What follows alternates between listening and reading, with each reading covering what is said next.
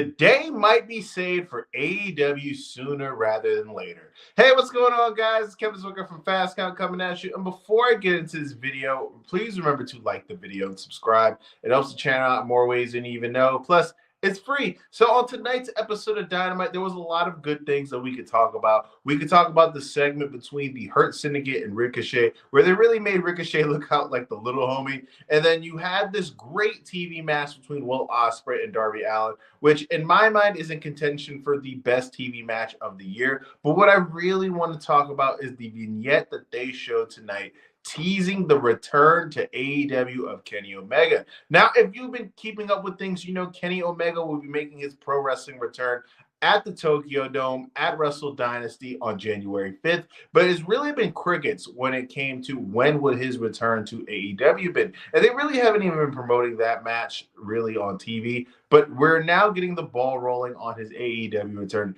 And this is critical for AEW right now because there's a lot of negative energy towards the company at the moment. You know, ratings have been decreasing. Ticket sales for their TV events haven't really been doing well. And the return of Kenny Omega and the way that they book this, I feel like is the most critical thing that they could possibly do right now at this moment. Now, when AEW was first brought into our TV screens, I thought that Kenny Omega was going to be the centerpiece of the show. I thought that AEW was going to book him similar in the way that WWE books Roman Reigns. Now, in my mind, Kenny Omega, for a lot of portions of AEW since its inception, has really kind of been a background player a lot of times, and he's missed a whole bunch of chunk of time due to injury, which is sad.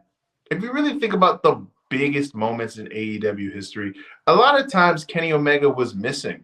And that's just an unfortunate circumstances that he's been dealt with his injuries and his diverticularitis that he's had to deal with, you know, for the last several months. But the way that they booked this guy could be really make or break.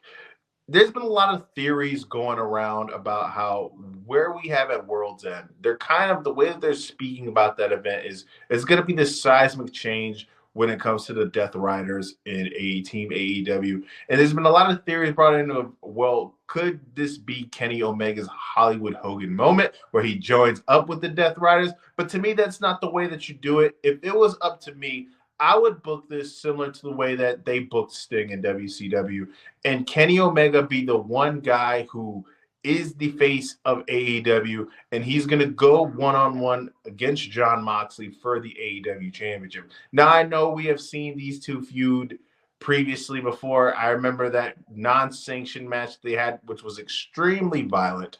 But this is a new period of time. This is a new Jon Moxley. This is a returning Kenny Omega. And the dynamics of this match would be different than the previous time. Kenny Omega would be the hometown AEW guy who is coming back to save the day, while Jon Moxley is the dastardly heel that is trying to transform AEW into something that the rest of the AEW originals don't want to see it turn into.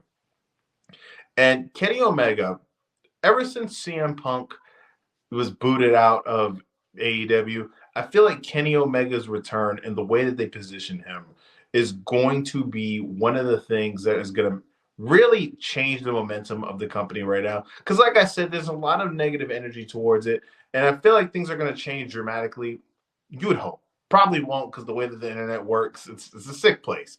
You would think that the energy would shift to a more positive place once they simulcast on Max, and once we kind of get the ball rolling to the long-term buildup at All In, which if we are going to book Kenny Omega from here to now, I feel like the proper match for All In with Kenny Omega has to be him one-on-one against Okada, because that's the biggest match I feel like AEW could do when it comes to the current roster of guys that they have. And you know that Tony Khan is chomping at the bit to have Okada versus Kenny Omega take place in his company and take place in stateside, which I'm going to be 100% honest with you guys to be as transparent. Okada versus Omega is what got me back into wrestling. Of course, I was always watching it on a weekly basis, but that feud was the feud that got me back to love pro wrestling. It is one of the reasons why I'm actually doing this channel right now.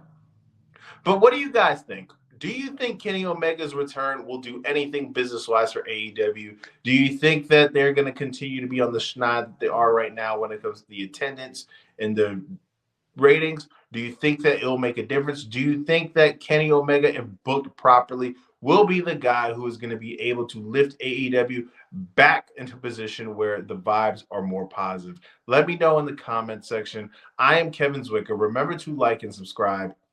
I'm out.